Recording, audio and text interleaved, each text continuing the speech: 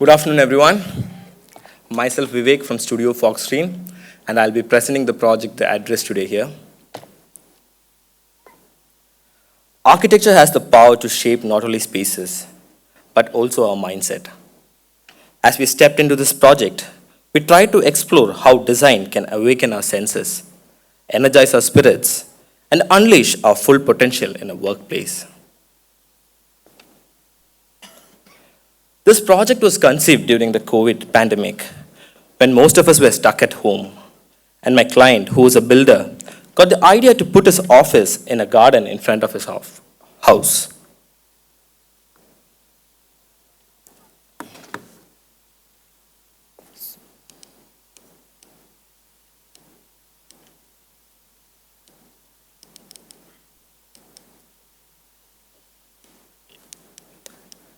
Okay, sorry. So, this was the site layout.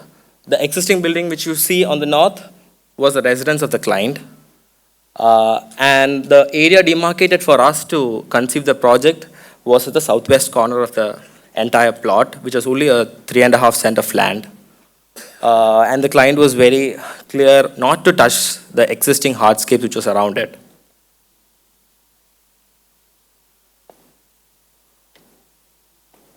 So coming to the site, we had two fixed gardens to work upon. One was the common garden, which was beyond the scope of our site. The second was the mandatory setback area, which we developed into the second garden. There was a road in front, which was a 4-meter wide road, and a maidan in front of that road, which is actually the backyard of this building. So we are basically talking about a site next to this wall.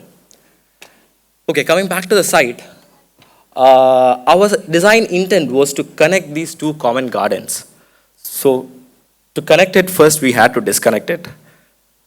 We introduced a solid block, the toilet block, which you see at the center of the two garden spaces, which was a solid mass without any perforations. And we enveloped the staircase around the mass.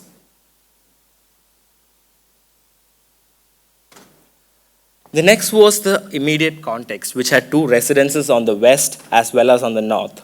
The north was a residence of the client, and the west had a residence which was just next to the plot. So we basically had a solid wall to buffer both these zones from the side. And doing that, we could create a flowing space between these walls and the solid core which we created. Now, this center area was our challenge to design the workspace which we intended to do. The veranda, the traditional veranda, has always been a source of inspiration, inviting us to sit and work. They blur the boundaries between indoor and outdoor spaces. The wind, the views, the textures, and even the smell of the soil stimulate our senses, resulting in a vibrant work environment. Hence, our workspaces were derived from these verandas, which indeed connected the gardens and the spaces that evolved around them. It wasn't solely the circulation of wind, but also the seamless flow of spaces among the gardens that blurred the boundaries between the built and unbuilt environments. Here you see the ground floor plan. The pedestrian entry, which leads directly to the veranda, is actually a transition zone. From there, you have the conference room. The verandas are placed around the conference room, where we evolved the workstations, which had different characters.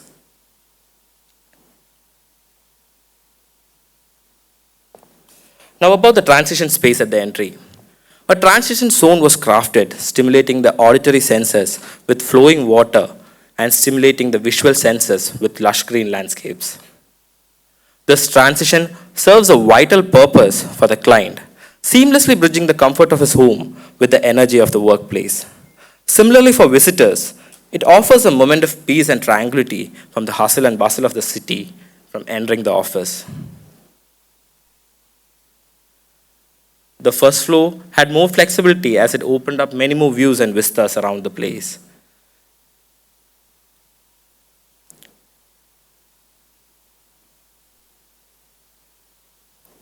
The space you see to the left is a cabin space, and this is a workspace.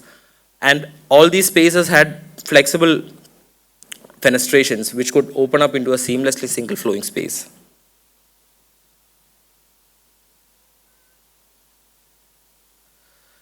Borrowed spaces. This was a concept which we meticulously used throughout the design process. The built spaces were never built, and the unbuilt spaces were never entirely untouched. They intermingled, creating a sense of unity within the garden. Once the office activities were done for the day, these pieces of brick and mortar slowly transformed into landscape furnitures for the family. They became a space for coffee chats, a veranda away from the house, a balcony in the garden to capture the views, a fish pond for the kids to play, and much, much more.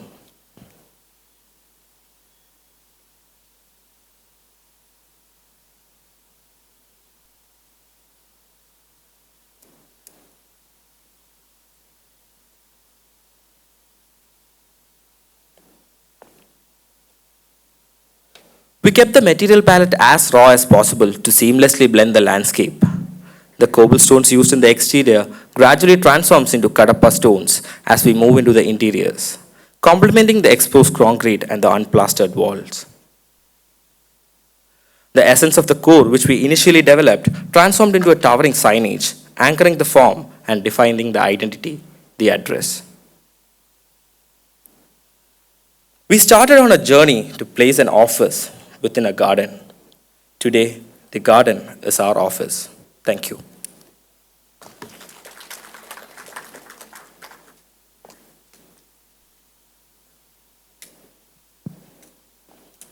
Thank you. Let us now move on to the question and answer session.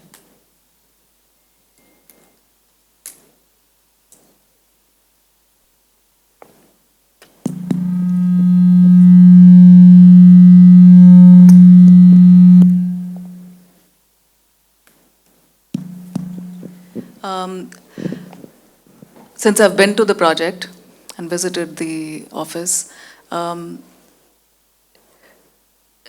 your narrative is invoking seamless relationships between the built and the unbuilt in the garden. And I know that your site is located amidst a residential locality. So how would you situate and contextualize this office space? Your narrative is not invoking anything about the residential space that it's located within, actually, and you've sent it as a entry for a commercial project, right? So, and it's located in a compound wall which has another house in it. So for me, it's a space of, it ideally should represent this a space of inhabitation, but clearly the way in which you've conceptualized the space, it's not, it does not, when I went to the office, it does not invoke a sense of inhabitation as it would in a house, you know, whereas many other architectural offices, or even this is a builder's office, if I recall. Yeah. So could you give us a bit of a glimpse about how you thought about this function in being located in a residential neighborhood within a larger residential, complex, or a compound wall which has another home, and that this office is one that belongs to a real estate developer now, and that real estate developer also has another profession, which is he's a film actor. Yeah. So this is the complex set of functions and people's own evolution in their lives, which is coming together in this compound wall. You know, so could you give us a sense of all of that and how that comes together in your thinking about about the design here? Yeah, see, the intent was the same. This setting was in a residential context. It was a heavily residential area. So we didn't want to place something which would purely stand out as a commercial building. Meanwhile, it had to have the identity of a builder's office. So this was a challenge which we faced. And what we tried to achieve through this design was to create something unique, which would blend with the context, which would blend with all the residential houses which is in row throughout the road, yet still stand out among them. So that was the pure intent of approaching the design with the raw aesthetics and all the perforations and the vertical core, which eventually stood up as a signage. Yeah.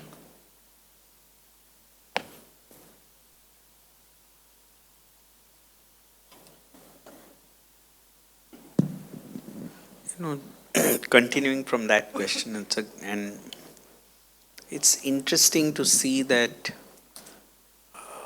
during and after the pandemic, this, and maybe a few years later, looking back, we may get more insights. We've still not figured out what's happened to all of us.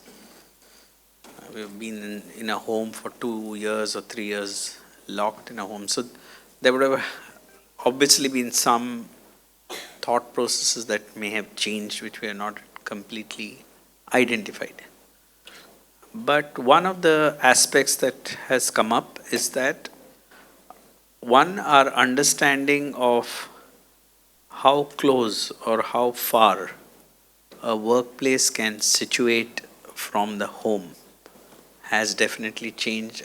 It may have earlier been at the level of one architect or 2 offices or a doctor, but I think now the change is quite dramatic, to the extent that several cities across the planet are finding it difficult to even look at commercial space. They're lying empty. People probably still wondering whether we go back to the workplace. So there is a larger context, because you said this design happened in the pandemic, and the pandemic was, all of us know, was just characterized by uncertainty, and even more uncertainty for an architect, because an architect, so I generally see the pandemic as the first architectural disease, because it had an impact on how we inhabit space, at a planetary level.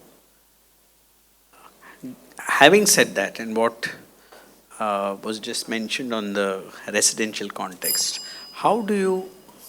were there other thoughts that came, rather than just see it as there was this land and this building sat and it's a builder's office next to, are you able to share with us certain other complexities of bringing a project of this nature into a residential zone next to the developer's home, maybe, as you said? So do you see this as something emerging now that architectural practices need to relook at, rather than this conventional setting that you have a commercial space and then it's on a arterial road, and now, so this is a very different, it's neither here nor there kind of but born out of a social or a context of the pandemic, as I can see it. It may not have happened 4 years ago or 5 years ago. Today, maybe there's a slightly greater comfort level in bringing this juxtaposition. So, would you have any insights on that? Because just to find out what's happening, in this whole. Living in a work environment is not a easy thing to do, because it constantly pull you back into your work. You will slowly, you wouldn't be able to differentiate between work life and personal life. So that was always a challenge. But when you are having an office like this, a concept which is very close to your personal space, I think the most crucial thing is how to have proper boundaries. Boundaries, not just physical boundaries, but spatial boundaries, which doesn't let people as well as the family, get interlinked.